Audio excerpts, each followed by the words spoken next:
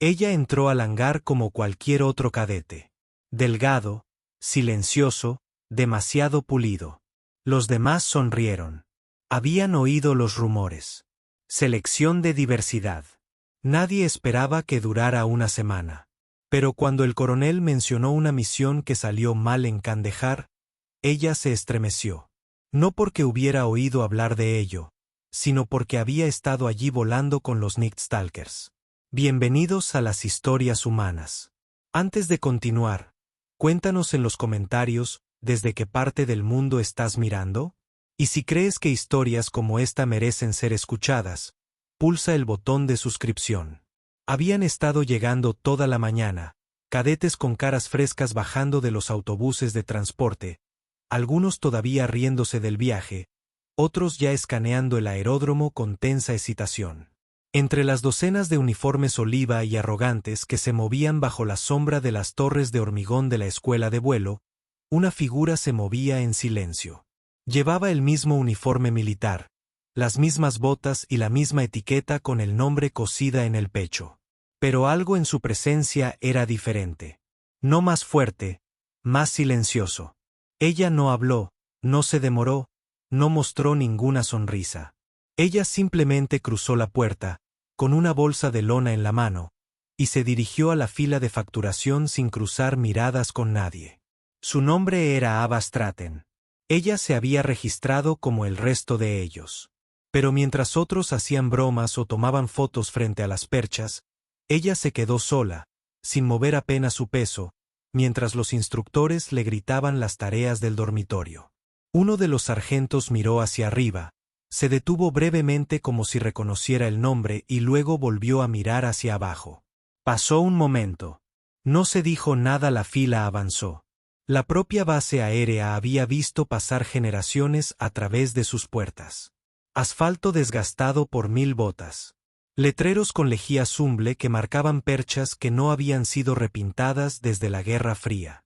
Había un ritmo extraño en este lugar, una jerarquía tácita que se formó incluso antes de que comenzara la primera orientación. Los cadetes más ruidosos siempre se levantaban primero, abriendo espacio en los dormitorios, los gimnasios y el comedor. Los que guardaron silencio fueron etiquetados tempranamente. Fantasmas, flotadores, rezagados, aquellos que nadie recordaba hasta que llegaban los resultados de las pruebas. Ava no encajaba en ninguno de esos moldes. Pero de alguna manera, ella quedó ubicada al final de todos ellos. Al segundo día, los rumores habían comenzado. Esa es ella. Esa es la elección de diversidad. Uno de los cadetes más ruidosos, un mayor de aviación nacido en Boston llamado Carter Ree, lo había dicho primero, lo suficientemente fuerte durante el desayuno para que lo oyeran. Cada ciclo tiene uno. Rellenarán las estadísticas. Otro cadete se rió entre dientes. A partir de ahí, la noticia se extendió como el aceite en el agua. Ava no respondió. No cuando accidentalmente la dejaron fuera de los ejercicios del equipo. No cuando se quejaban cada vez que la asignaban a sus rotaciones de simulación de vuelo. Ni siquiera cuando uno de ellos dibujó un pequeño corazón rosa en su casco de entrenamiento. Los instructores no interfirieron, no porque fueran crueles, sino porque nada de lo que hacía Ava merecía atención. Ella cumplió con todos sus objetivos, se mantuvo dentro del plazo reglamentario y respondió cuando se la llamó. Sus puntuaciones de aptitud física estaban por encima de la media. Los resultados de sus pruebas fueron impecables. Pero no había chispa, ni agresión, ni fuego, al menos ninguno que ellos pudieran ver. Y eso los hizo sentir más incómodos que si ella hubiera contraatacado. Lo que nadie sabía era que Ava había vivido vidas enteras antes de poner un pie en esa base. Su certificado de nacimiento indicaba 35 años, aunque aparentaba apenas 28. Sus manos contaban una historia completamente distinta. Firme, marcado por cicatrices y entrenado para moverse por instinto, sin vacilaciones. Ella había presentado la documentación 6 meses antes bajo una cláusula especial de transferencia de civil a oficial. Uno que causó sorpresa, pero que no era ilegal. Bastó una llamada telefónica de un nombre que no les estaba permitido ingresar en sistemas no seguros. Una referencia silenciosa. Nadie miró muy de cerca después de eso. Su habitación era la más pequeña del ala de dormitorios. Litera individual, armario de metal, una ventana enrejada que da al depósito de mantenimiento. Por la noche, ella permanecía en silencio, escuchando el rugido sordo de las pruebas de turbinas en la distancia, el leve ritmo del metal contra el metal de las herramientas de mantenimiento golpeando en la oscuridad. Mientras los demás revisaban sus teléfonos o se reían de selfies borrosas de grupo, ella trazaba con sus dedos callosos el borde de un mapa doblado escondido detrás del panel de su casillero. Sur de Afganistán, Kandahar, provincia de Helmond. Algunos de los pliegues tenían manchas de sudor grabadas en ellos. Faltaba un rincón por completo, quemado hacía mucho tiempo por algo más caliente que el sol. Para la tercera semana, su silencio se había convertido en un objetivo. «Hola, Stratton», gritó un cadete en la pista durante los ejercicios previos al vuelo. ¿Vas a hablar hoy o solo absorberás la luz solar por ósmosis? La risa recorrió al grupo. Ava ni se inmutó. Se ajustó los guantes, con la mirada fija en la lista que tenía en la mano y los labios apretados. Probablemente se cree demasiado buena para nosotros, murmuró otro. No, solo piensa que los demás somos aficionados. Probablemente estaba volando en aviones para su tío. Pero los instructores observaban. Vieron algo que los cadetes no, especialmente el coronel a cargo de las sesiones informativas de simulación de campo, un veterano llamado Alberson, que había volado dentro y fuera de zonas de combate que la mayoría de ellos no podían pronunciar. Rara vez hablaba durante las primeras evaluaciones, contentándose con observar desde los rincones de la sala, con las manos entrelazadas a la espalda, pero se detuvo 2 veces durante el informe de simulación de Ava, deteniéndose en sus registros posteriores a la misión, desplazándose hacia atrás para ver cómo había manejado el escenario de pérdida de motor. Sus reflejos no solo eran rápidos. Estaban precargados, ejecutados con una especie de memoria muscular que no se podía aprender en 3 semanas ni 3 años. ¿Dónde dijiste que entrenaste?, le preguntó una tarde al salir de la plataforma del simulador. Programa de aviación civil, respondió ella rotundamente. Alberson movió ligeramente la mandíbula. No dijo nada más. Lo que no dijo resonó más que lo que dijo. No fue hasta la 5ª semana que nadie prestó atención. A los cadetes se les asignó una salida nocturna simulada, equipos de 3 personas, condiciones de apagón y solo navegación de emergencia. El objetivo era simular un fallo total del sistema bajo presión, incluyendo desvíos inesperados y ajustes del terreno. La mayoría de los equipos fracasaron. Algunos mantuvieron la compostura, pero el equipo de AA, asignado a 2 de los escépticos más acérrimos, obtuvo una puntuación de navegación perfecta. Al ser presionada para que informara, sus compañeros no pudieron explicar cómo había tomado la decisión correcta en un viraje a ciegas usando solo el altímetro y la sincronización de la deriva del terreno. Uno de ellos le preguntó después si había memorizado el mapa del terreno. No respondió, pero entrecerró los ojos. Esa noche, uno de los instructores pasó por su dormitorio y la encontró limpiándose las botas con silenciosa precisión. Sin música, sin luces, solo una lámpara de escritorio y el lento ritmo de sus manos. «¿Has volado antes, verdad?», preguntó con indiferencia, deteniéndose en la puerta. Ella no levantó la vista.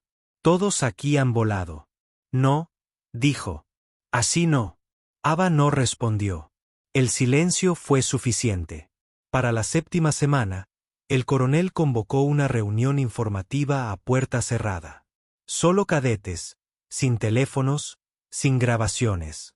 Era un repaso de operaciones pasadas, el tipo de estudio de caso preventivo usado para subrayar los riesgos del exceso de confianza en territorio desconocido. Una misión que salió mal. Nombre de la operación tachado. Fecha de clasificación. Ubicación. En algún lugar cerca de la frontera. Alberson reprodujo un fragmento de imágenes de la cabina. Superposiciones térmicas. Siluetas negras moviéndose por cañones desérticos. Disparos destellando en ráfagas blancas. Una voz llegó por el comunicador. Distorsionada pero firme. Aquí Raven 9. Estoy en el pasillo. La zona de aterrizaje está caliente. Repito, caliente. Solicito exfil ahora. La mayoría de los cadetes miraron la pantalla sin reconocerse. Solo uno se quedó paralizado. Sus hombros no se movieron, pero su mano derecha se apretó lentamente. Reconoció esa voz, no solo la señal de llamada. Había estado allí, sin observar, sin estudiar, volando. Raven 9 era suave. La sala de informes se vació lentamente. Algunos cadetes se marcharon murmurando, otros en silencio, sin saber si las imágenes que acababan de ver eran reales o parte de una prueba psicológica. El coronel no ofreció más contexto que el video. Ni nombres, ni resultados, solo esa fría llamada de despacho en la oscuridad. Raven 9. Zona de aterrizaje activa. Entonces la pantalla se apagó, las luces volvieron a encenderse y nadie dijo una palabra. Ava no se movió en absoluto. Permaneció sentada hasta que la sala estuvo casi vacía, con las manos aún sobre la mesa, los nudillos blancos por la presión. No se veía por ningún lado. El coronel no la miró, no la llamó. Pero al salir de la sala, dirigió una mirada penetrante al sargento técnico al fondo. Un sutil asentimiento, miradas fijas, mensaje recibido. Afuera, el viento de la base había arreciado. Finas capas de polvo raspaban el asfalto, deslizándose entre los zumbées estacionados y los contenedores de carga. Ava regresó a sus aposentos sin hablar con nadie. Carter Ree intentó seguirle la corriente. Avanzó con paso firme, pero retrocedió al no responder. El pasillo del dormitorio estaba inusualmente silencioso esa noche. Todos lo habían visto. Su quietud durante el video, su mandíbula apretada, la forma en que no parpadeó cuando empezaron los disparos. Nadie pronunció las palabras, pero algo había cambiado. Ya no la consideraban incompetente. Ahora la consideraban peligrosa. 3 días después, las asignaciones cambiaron discretamente. Su nombre apareció en negrita en la lista avanzada del ala rotaría. Una pista que nadie había visto en su solicitud. Ree, siempre la ruidosa, gritó: «Espera, Stratton». En serio, ¿quién hace las señales para las operaciones nocturnas? Algunos cadetes asintieron en señal de acuerdo, pero los instructores no respondieron. Estaba claro que alguien muy por encima de su nivel salarial lo había autorizado. Y nadie quería ser el que cuestionara ese tipo de autoridad. Ava llegó a la primera reunión informativa sobre rotación ya preparada. Ninguna protesta, ninguna reacción al ruido que la rodeaba. Estudió el esquema del terreno como si ya conociera la ruta. Y tal vez lo hizo. El simulador de vuelo ahora era diferente. Habían desaparecido los fallos básicos del motor y las recuperaciones de pérdida de sustentación. Ahora era una evasión a gran escala, paisajes oscurecidos, espacio aéreo hostil con superposiciones de inteligencia variables. Ava nunca se inmutó. Se movió a través de las zonas de amenaza con una precisión asombrosa, predijo las raíces R antes de que la IA la señalara y ejecutó maniobras de baja altitud tan precisas que el instructor en la consola se inclinó hacia adelante involuntariamente como si tratara de detectar un error. Ella no hizo uno. Fue en la semana 10 cuando su pase empezó a filtrarse, no por sus palabras sino por omisión. Los instructores dejaron de referirse a ella como cadete. Comenzaron a utilizar el piloto. Y cuando un contratista civil llegó para dar una conferencia como invitado, un acosador nocturno retirado, un hombre tranquilo con cicatrices de quemaduras en los brazos, la vio en la última fila e hizo una pausa a mitad de la frase. Su ceño se frunció. Luego continuó la conferencia sin dirigirse a ella, pero su tono cambió. Menos teórico, más real. Todo el mundo lo notó. Después de clase, esperó en la puerta. Mientras los cadetes salían, él la miró de reojo. No esperaba verte de nuevo en un aula. Ella no respondió, solo asintió. ¿Todavía te llaman Cuervo? No, dijo ella. No me llaman de ninguna manera. El hombre soltó una risa tranquila, casi respetuosa. Bueno, eso va a cambiar. Así fue. El coronel la llamó a la mañana siguiente. Sin saludo, sin presentación. Señaló un archivo cerrado en su escritorio, con una gruesa banda roja y un código de bloqueo no común en las escuelas de vuelo. No estás aquí para entrenar, dijo. Estás aquí para observar, o mejor dicho, para recordar quién eras.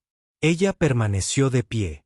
Esa voz en el clip dijo que eras tú. Ava no lo negó. Y volaste bajo Nick Stalkers. Esa parte la descubrí hace semanas. Todavía no hay respuesta. Así que continuó. ¿Por qué la farsa? ¿Por qué volver a través de los rangos de cadete? Podrías haber enseñado la mitad del programa con los ojos vendados. Entonces ella lo miró por primera vez con total claridad. Porque olvidé por qué empecé a volar. Eso silenció al coronel más que cualquier otra cosa. Él asintió lentamente. La próxima semana habrá una rotación en vivo avanzada, dijo. Equipo real, inserción nocturna real. Entrenamiento, sí, pero con Blackhawks, comunicaciones completas, parámetros de riesgo. Te quiero en el pájaro. Observador, piloto, control total. Ava dudó. Recibirás críticas por eso.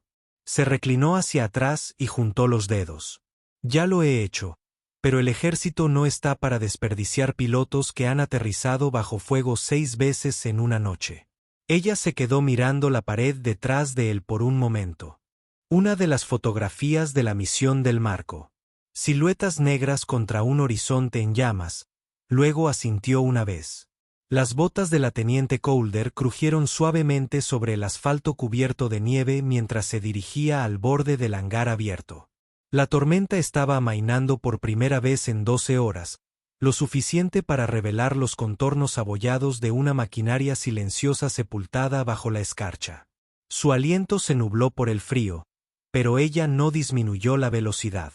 Sus dedos se apretaron dentro de sus guantes, no por el frío, sino por algo más antiguo, algo forjado durante años de ser subestimada y descartada, empaquetado en un archivo etiquetado como capaz, pero no probado. Lo había visto en más escritorios de los que podía contar. Ella ya no se inmutó. El equipo de mantenimiento apenas levantó la vista de las turbinas del Black Hawk inactivo cuando ella pasó con el portapapeles en la mano. No porque fuera invisible, sino porque todavía no podían comprender que ya no solo estaba registrando datos de vuelo. No después de la última semana, no después del incidente. Pero el hábito muere lentamente, y la percepción aún más lentamente. Detrás de ella, las últimas tripulaciones estaban finalizando las tareas en tierra para aeronaves que nunca despegarían ese día. Algunos descansaban en tiendas de campaña calefaccionadas, otros corrían en el mismo lugar junto a UMBs estacionados, manteniéndose calientes mientras esperaban órdenes que no llegaban. La tormenta se había tragado por completo la ventana de su misión. Los vuelos fueron cancelados, las rutas de evacuación médica fueron bloqueadas y todos, incluso el comando, estaban en espera. Todos menos ella. Ella miró su reloj otra vez. 1437, la señal había llegado 6 minutos antes.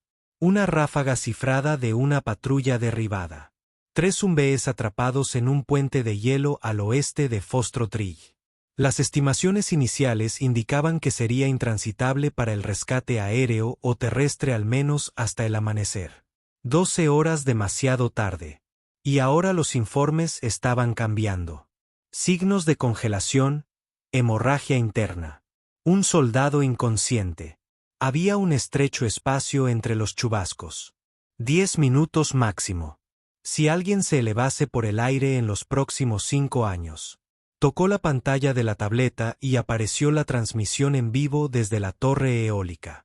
Visibilidad 90 metros. La cizalladura del viento está aumentando. Las condiciones del hielo son volátiles. Ella sabía lo que significaba. Significaba que nadie más volaría. Se giró bruscamente y caminó hacia el Black Hawk, con su trenza rozando el cuello de su chaqueta como un metrónomo de decisión. Ella conocía sus sistemas de memoria. Había registrado más horas de simulación en esa cabina que cualquier piloto junior en la base. Pero nada de eso se notaba en su chaqueta. Sin metales, sin insignias, solo una tira de velcro y un parche viejo con colores descoloridos. Una idea que hizo reflexionar a algunos veteranos, aunque rara vez dijeron por qué. Cuando subió por la puerta lateral, no lo dudó. Sus manos se movieron automáticamente. Comprobaciones previas al vuelo, calibraciones del acelerador, reinicios de aviónica. El jefe de la tripulación levantó la vista del conjunto de herramientas que estaba debajo, parpadeando confundido. «Señora, ¿qué está haciendo?» Su voz era firme. «Tiene 7 soldados heridos congelándose al oeste de Ridge 12. El comando no les dará luz verde, pero no estoy pidiendo luz verde». Parpadeó de nuevo. «No estás autorizado para ello. No estoy esperando la autorización». Cuando su mandíbula se cerró, ella ya estaba deslizando el auricular sobre sus oídos. «Dale caña», dijo. «Si no estás conmigo, quédate en el suelo». Hubo un ritmo, una respiración. Entonces el vino de la turbina empezó a subir como el aliento de algo enterrado hace mucho tiempo que vuelve a la vida. Afuera, unas figuras con parcas se detuvieron y se giraron hacia el sonido creciente. Uno levantó una radio. Otro dio un paso adelante, señalando hacia la percha. Pero ella no miró hacia atrás. El cristal de la cabina se empañó ligeramente a medida que el rotor giraba más rápido. Sus ojos permanecieron hacia adelante. Más allá de las puertas, más allá de las luces de la pista, apenas visibles bajo la nieve, no había nada más que un silencio blanco y frío, y una docena de vidas que todos los demás ya habían descartado como irrecuperables. Parpadeó una vez y luego bajó la visera. «Comando base, aquí hecho 1, saliendo en vector de emergencia hacia el sur por suroeste. No hay tiempo para juegos, solo registro esto ahora antes de perder el contacto».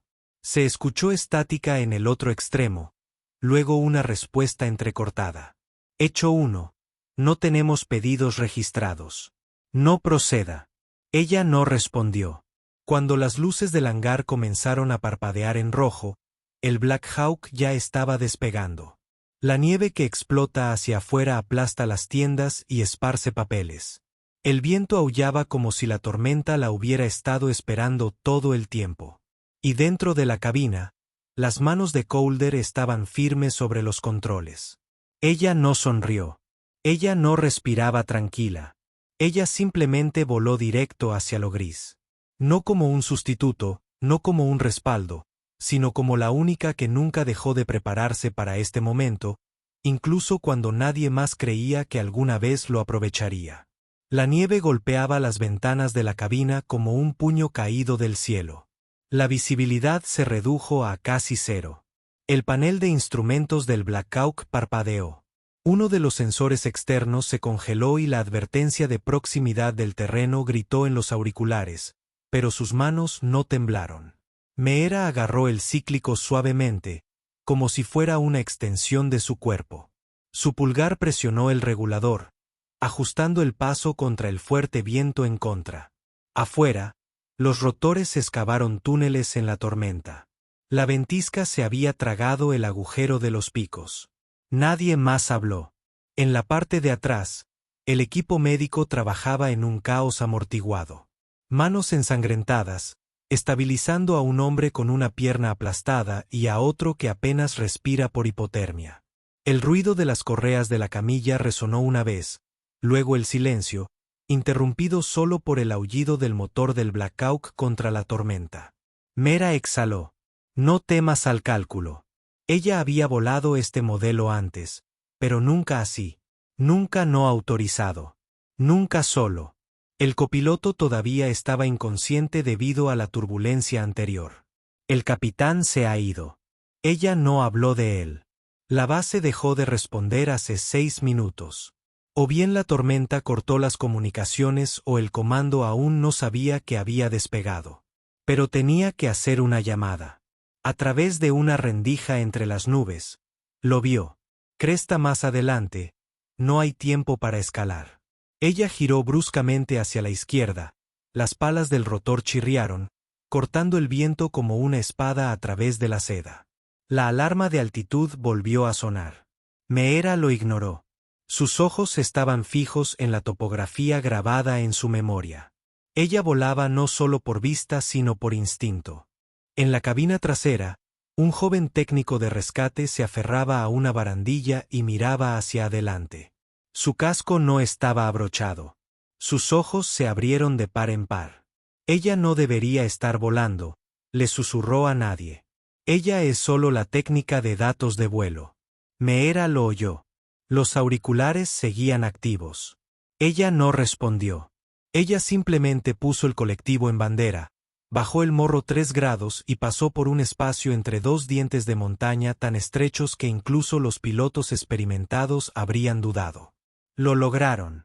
El técnico de rescate se quedó congelado. Otro miembro de la tripulación se giró lentamente hacia él. «Espera, ¿dijiste espejo?» Él asintió. El tripulante entrecerró los ojos. Ella voló con los acechadores nocturnos. Esa es ella. Ese es el de Cunard. ¿Qué? Callarse la boca. Alguien murmuró. Pero ya era demasiado tarde. Las palabras estaban fuera. De repente, todos en la cabina miraron hacia adelante. No solo hacia la mujer que volaba, sino hacia el fantasma de una reputación con la que no sabían que estaban volando. Meera los ignoró. La zona de aterrizaje estaba 3 millas más adelante. Si no hubiera desaparecido bajo la nieve. Las radios volvieron a crepitar, apenas audibles. Hawk 3, si ese eres tú, ya no hay lugar donde aterrizar. Repito, LZ está enterrado. Evacuación en espera. Meera hizo clic en el micrófono 2 veces. Ella no dijo una palabra. Ella empujó el colectivo. El helicóptero se elevó como una sombra de la nieve, con las palas arrojando espirales blancas por el cielo, y ella creó su propia zona de aterrizaje con su mente desnuda. Los vientos del desierto cortaban lateralmente la base, girando la rejilla roja en vórtices bajos que silbaban contra el revestimiento metálico del hangar de operaciones avanzado. En la sala de reuniones, los proyectores zumbaban silenciosamente sobre una mesa táctica llena de mapas aéreos, rutas de suministro y evaluaciones de amenazas. La mayoría de las miradas estaban fijas en el mayor Strickland mientras describía el programa de despliegue del día, pero no todas. 2 asientos más allá de la mesa, un joven cadete se inclinó hacia otro y susurró: «Adivina quién está de guardia en el convoy Bravo». La sonrisa que siguió lo dijo todo. Todos lo sabían, o al menos creían saberlo. La elección de la diversidad. La mujer que no pertenecía, ni a ellos, ni a esta unidad. Ciertamente no para los Nichtstalkers. Afuera, los rotores gemelos de un Chinook tronaban en un ritmo sincronizado. Un telón de fondo familiar para los tensos murmullos que siempre preceden a una misión de alto riesgo. Los Nichtstalkers, 160º Regimiento de Aviación de Operaciones Especiales, operaban en los márgenes entre el silencio y el trueno. La mayoría de quienes llevaron su parche lo hicieron con años de sudor, sangre y esfuerzo inquebrantable a sus espaldas. Pero ella no, susurraron. Ella no se arrastró por el barro en Campbell. No fue aprovechado por el legado. Ella llegó aquí porque alguien necesitaba un nombre de mujer en el manifiesto. Esa fue la historia. No importaba que ninguno de ellos pudiera volar como ella. Se negaron a creer que eso importaba. Ella estaba sentada sola esa mañana revisando la telemetría del último vuelo nocturno. Su vuelo. Ni un rasguño en las lecturas, ni una variación en los datos de navegación. Había volado limpiamente a través de un valle estrecho con una visibilidad casi nula. Abrazando el terreno con solo 2 pies de espacio entre las puntas de su rotor y las paredes del cañón. Ella no le había contado a nadie lo que realmente sucedió en esa misión. Que habían tomado fuego. Que su copiloto se quedó paralizado, que había volado a ciegas durante 27 segundos después de que una ráfaga de arena agrietara la cubierta delantera.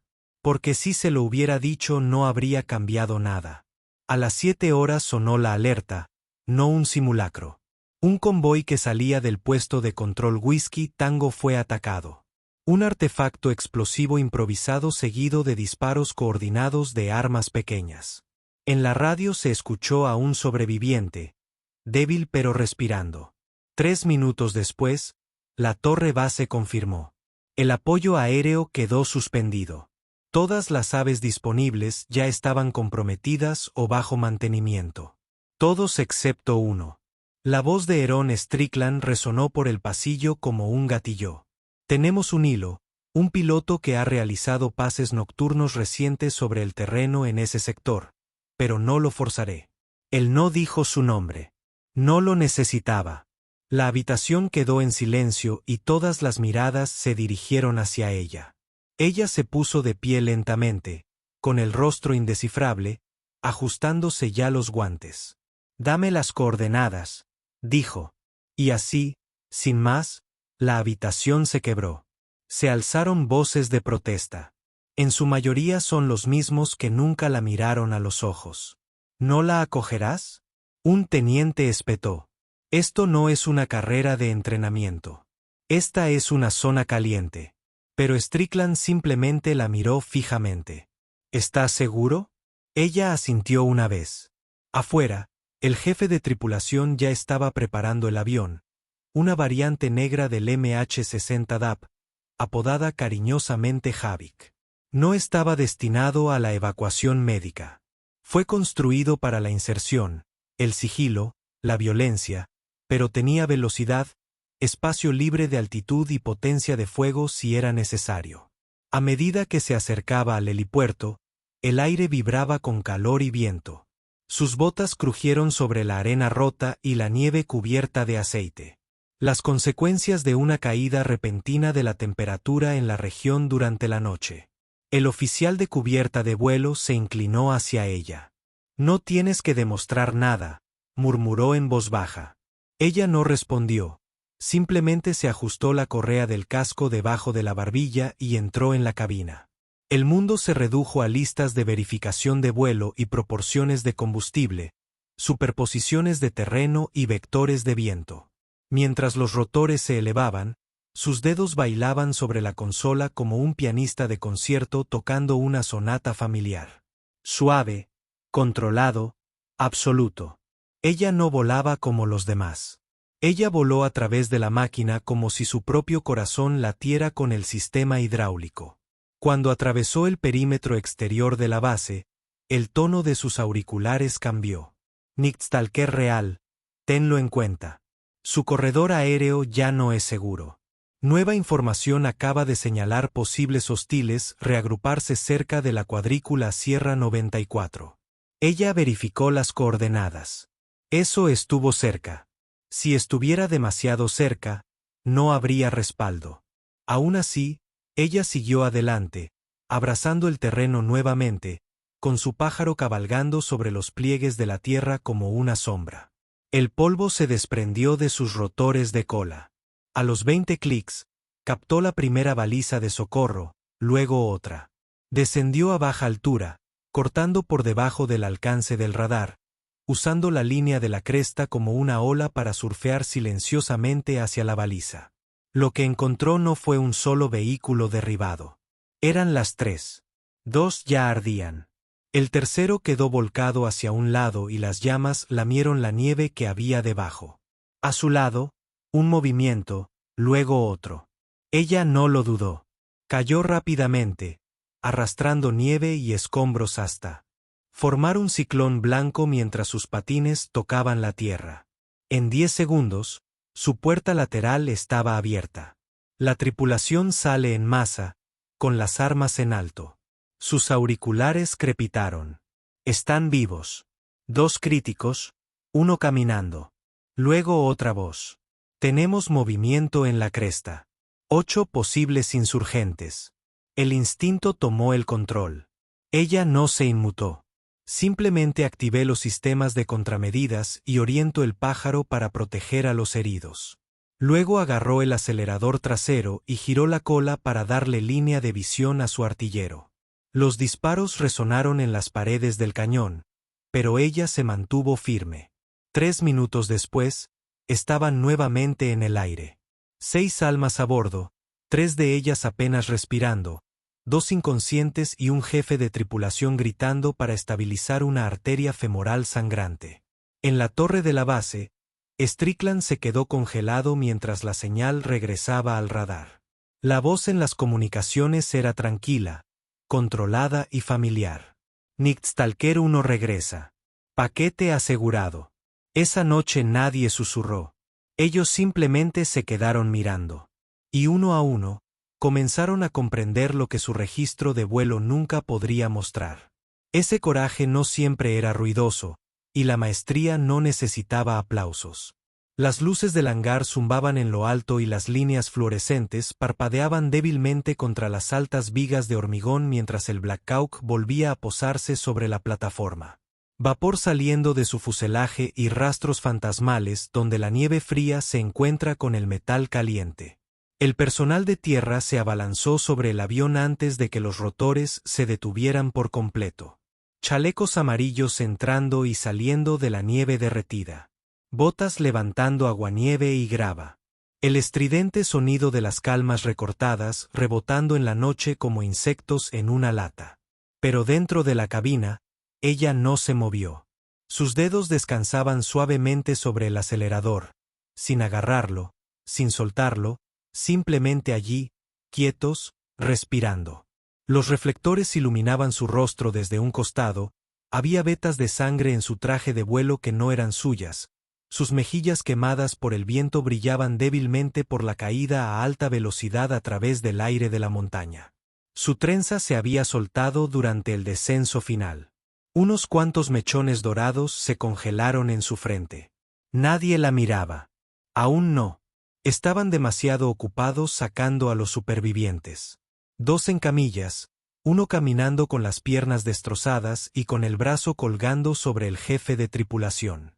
Uno de ellos, el más joven, recién salido del entrenamiento, giró la cabeza justo antes de desaparecer dentro de la tienda médica y le dirigió una mirada que ella no olvidaría.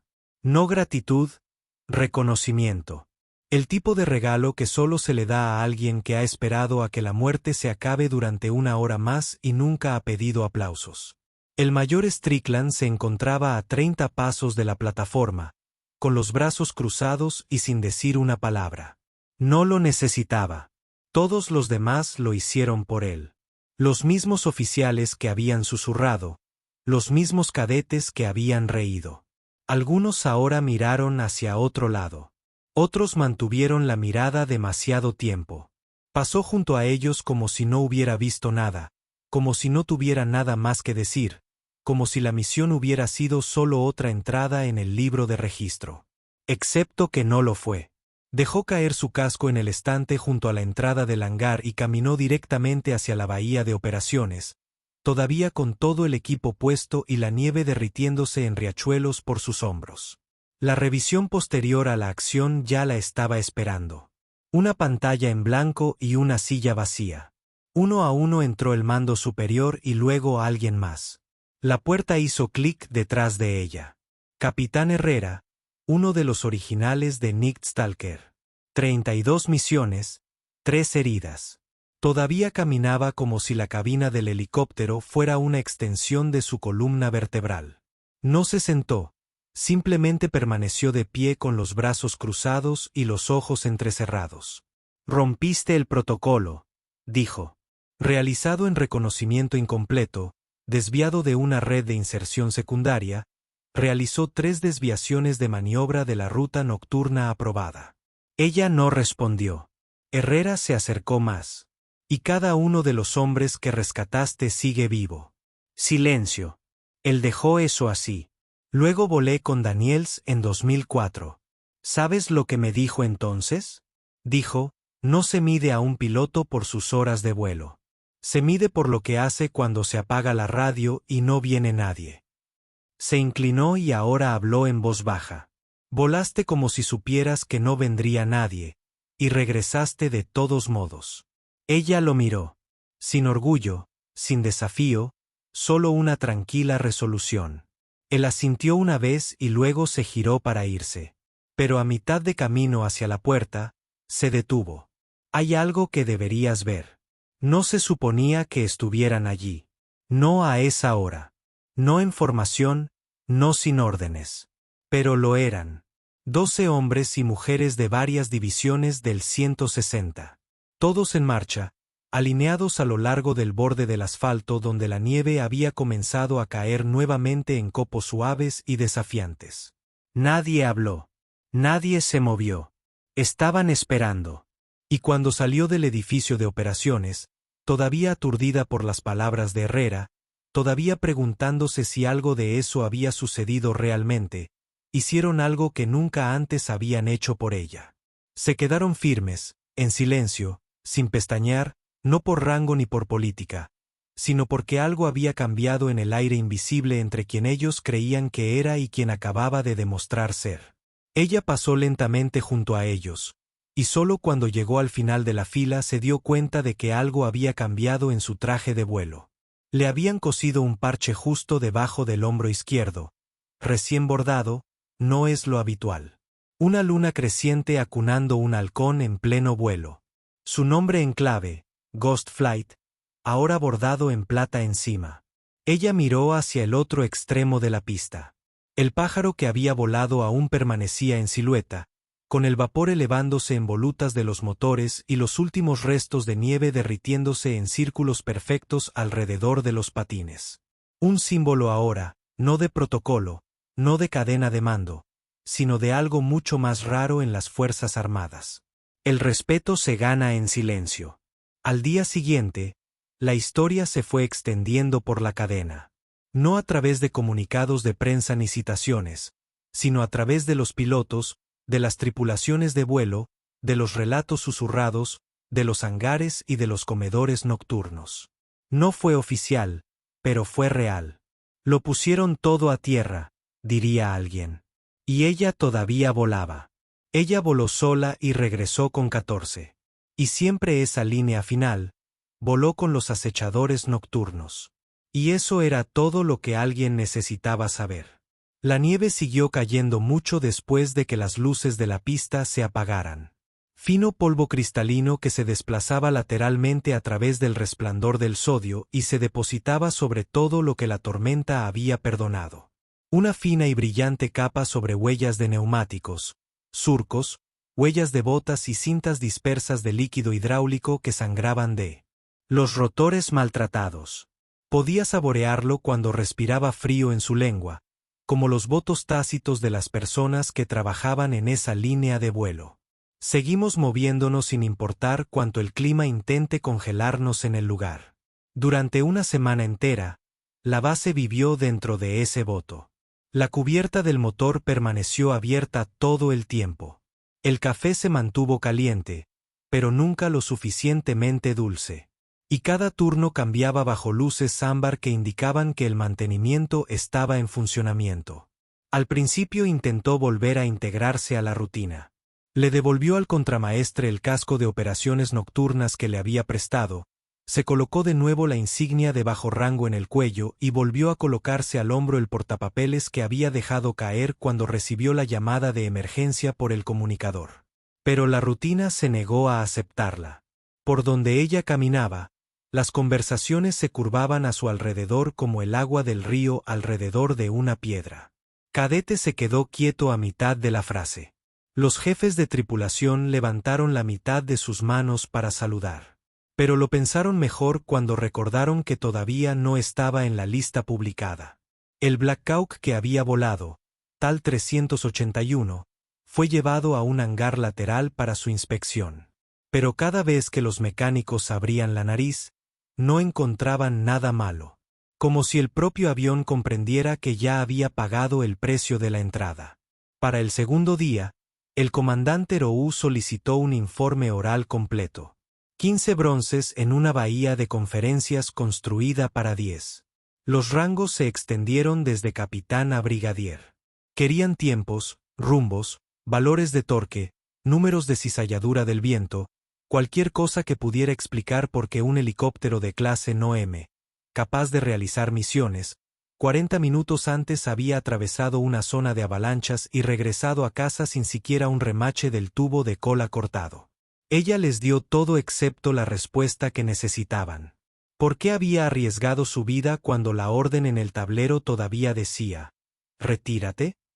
No podía decirlo porque había volado sobre lugares de accidentes donde los cuerpos se enfriaron hasta convertirse en piedras mientras el cuartel general pesaba las ópticas o porque el grito en la garganta de un niño herido es más fuerte en silencio que cualquier ráfaga de rotor. Entonces dijo que lo único que cabría en un campo en un formulario posterior a la acción. Hubo tiempo y lo aproveché. La noticia de la audiencia llegó a los dormitorios de los cadetes incluso antes de que ella despejara el pasillo. Esa noche encontró una nota deslizada debajo de su puerta. Papel de mantenimiento doblado y rayado con 2 frases. Dijeron cuota. Nos equivocamos. Respeto. Sin firma. Solo 7 números de cadete escritos debajo. La puerta del otro lado del pasillo se cerró suavemente cuando ella recogió el periódico. Quien lo dejó no quiso agradecimiento. Lo deslizó dentro de su manual de vuelo y permaneció despierta hasta que el generador accionó el acelerador a 237, parpadeando en verde a través de las persianas. 3 días después llegó la invitación oficial. Un sobresellado entregado por un mensajero civil en un sedán sin placas. Dentro de una línea en tipo de mensajería del gobierno, informe a H-35, 2.200 horas de uniforme de campaña. Ella conocía la H-35, la cúpula de visión nocturna en el extremo más alejado de la base. Más antiguo que la mayoría de los satélites, se rumorea que es donde el hijo del acechador nocturno conocía los conjuntos de sensores. Ella caminó hasta allí bajo una luna tan brillante que convertía la nieve en vidrio ondulado. Sus pasos nítidos y solitarios. Dentro de la cúpula esperaban el coronel Hayes, el capitán Herrera y un piloto al que no había visto en 10 años, Jesse Prairie Do Holden, todavía delgado y demacrado, con una sonrisa escondida bajo un bigote polvoriento. Ofreció un puño enguantado en lugar de un apretón de manos. Por fin dejaron de esconderte, dijo. Lo que Hayes dijo no fue una reprimenda. Fue una campaña de reclutamiento disfrazada de contrición. El regimiento había perdido 4 aviadores superiores en 18 meses. Agotamiento por rotación, dificultades familiares, un accidente fatal en un valle sin nombre. Necesitaban instructores que pudieran enseñar más que procedimientos. ¿Quién podría leer la oscuridad como si fuera braille y guiar a las tripulaciones verdes a través de corredores invisibles? ¿Quién podría enseñar humildad sin discurso sobre ella? Nunca perdiste eso, dijo Hayes, mientras deslizaba un parche nuevo aún caliente de la pistola de bordar. Un halcón negro sobre una luna creciente plateada. El vuelo del Nixtalker era estándar, pero la luna estaba invertida, con las puntas apuntando hacia arriba como manos listas para levantar. Es una variante del instructor, explicó. Significa que llevas a otros. Él esperaba su respuesta. Ella no recogió el parche. Aún no. Pensó en los cadetes que todavía evitaban el contacto visual. De la nota escrita a mano, del niño cuyos dedos entumecidos por la escarcha se habían aferrado a su traje de vuelo como a un salvavidas cuando ella lo subió a bordo. Pensó en lo que significaba pertenecer a un lugar que creyó en ella solo después de romper sus reglas. Entonces cerró la mano sobre la insignia y sintió los hilos morderle la palma. Te enseñaré, dijo en voz baja y firme, pero en mis términos. Hayes asintió. No esperaba nada más. La primera clase se reunió en el hangar 2 una semana después de la avalancha. 12 cadetes, ninguno mayor de 25 años, de pie en posición de descanso frente a un MH-60 desmantelado con sus paneles etiquetados con tiza. Ella caminó por la fila sin portapapeles y sin llamar a nadie. ¿Conoces el código estroboscópico para un incendio encubierto de motor? Ella le preguntó al cadete más cercano. Tartamudeó, ofreciendo números de libros de texto. Ella negó con la cabeza. Teatro equivocado, año equivocado. Lo cambiaron después de las fallas del gel combustible en Siria. Aprende el nuevo código o mira cómo tu tripulación muere demasiado lentamente. Ella siguió adelante. ¿Dónde te sitúas cuando la corriente descendente del rotor de cola desplaza una plataforma de nieve sobre tu cabeza? El siguiente cadete abrió la boca. No se oyó ningún sonido. No estás de pie, respondió ella. Te arrastras boca abajo hasta el hielo. Respiras la nieve y rezas para que la montaña te deje pasar. Al final de la hora, algunos cadetes parecían pálidos.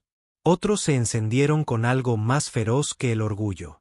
Respeto mezclado con miedo, el tipo saludable que evita que la arrogancia convierta los trajes de vuelo en ataúdes. Ella no repartió reprimendas, ni estrellas doradas, solo conocimiento pesado como munición. Los planes de vuelo mienten, les dijo. El terreno no obedece a nadie. Confía solo en lo que tus dedos le dicen al palo. Los días se convirtieron en noches. Ahora ella comía en el comedor sin que nadie la siguiera. La cadete seguía hablando, pero ahora en grupos alrededor de manuales mañoseados, comparando sus exámenes improvisados. Los equipos de mantenimiento dejaron toallas limpias. En su litera, no porque fuera una reglamentación, sino porque las leyendas merecen cortesía. La banda de bajos actualizó silenciosamente el tablero de operaciones externo. Debajo de la lista de pilotos instructores, escribieron una nueva línea. CW4 Straten A. Operaciones especiales, instructor invitado. Alguien tapó con cinta adhesiva el nombre del huésped después de medianoche. A la mañana siguiente, solo decía instructor. 3 semanas después del rescate, los 14 sobrevivientes formaron una línea de honor afuera del gimnasio. Algunos todavía usaban muletas. Uno se apoyaba en un bastón. 2 de ellos llevaban nuevos cierres de plata en el lugar donde el hueso había sustituido al acero. Esperaron hasta que ella terminó de llorar a PT y salieron a la luz del sol, con el sudor helado en su cuello. El más joven dio un paso adelante, sosteniendo en su mano un parche de vuelo que había copiado de una fotografía borrosa. Luna creciente, halcón buceador. Debajo de ella, se cosen torcidamente 4 palabras salvadas por la selección de diversidad. Él sonrió y sus ojos brillaban con más diversión que disculpa. Ella se rió, y el sonido abrió algo en su pecho que había estado encerrado desde cunar. Ella tomó el parche, lo colocó junto al oficial que le había dado ayes y lo saludó, no por reglamento, sino por elección propia. El invierno aflojó su control. La pista se descongeló. Se reanudaron los vuelos nocturnos. Ella viajó en el asiento derecho en la primera prueba de control de cuadro. Con los brazos cruzados, un cadete nervioso deja que el avión avance a baja altura sobre un valle fluvial más negro que el carbón. En el momento en que la voz del niño vaciló, ella se acercó, estabilizó el cíclico con 2 dedos y murmuró coordenadas que solo un acechador nocturno sabría. Al aterrizar, el cadete se quitó el casco y le brillaban los ojos. Señora, susurró, ¿cómo vio ese terreno? Ella sonrió. No lo hice, dijo ella. Me acordé de donde no estaba. Su leyenda creció, pero ella la llevó a la ligera. Algunas noches todavía se despertaba antes del amanecer, caminaba hasta el silencioso avión y pasaba la mano por el frío mástil del rotor, escuchando el clic del metal contrayéndose como si susurrara los nombres de cada alma que había sacado de la oscuridad. Guardaba la nota escrita a mano en el bolsillo izquierdo de su pecho, el parche del niño herido sobre su corazón y el viejo mapa de Kandahar doblado en el fondo de su casillero. En las tardes tranquilas, desplegaba el mapa, trazaba el borde quemado y sonreía al ver cómo el contorno carbonizado coincidía con la forma de la línea de contención donde había encontrado el convoy el día que la tormenta le enseñó a la base su verdadero nombre. Ella nunca se molestó en corregir el historial públicamente, dejó correr los rumores de que había sido seleccionada especialmente, que había volado de forma encubierta durante años, que podía aterrizar en una estampilla postal en medio de una tormenta de arena con un motor apagado. La verdad era más sencilla. Ella era una piloto que se había negado a dejar que las órdenes enterraran a los vivos.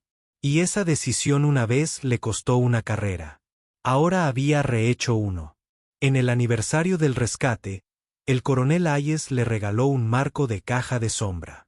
Dentro había 2 parches, la media luna oficial de Nixtalker y debajo, el novedoso parche torcido cosido por un sobreviviente agradecido.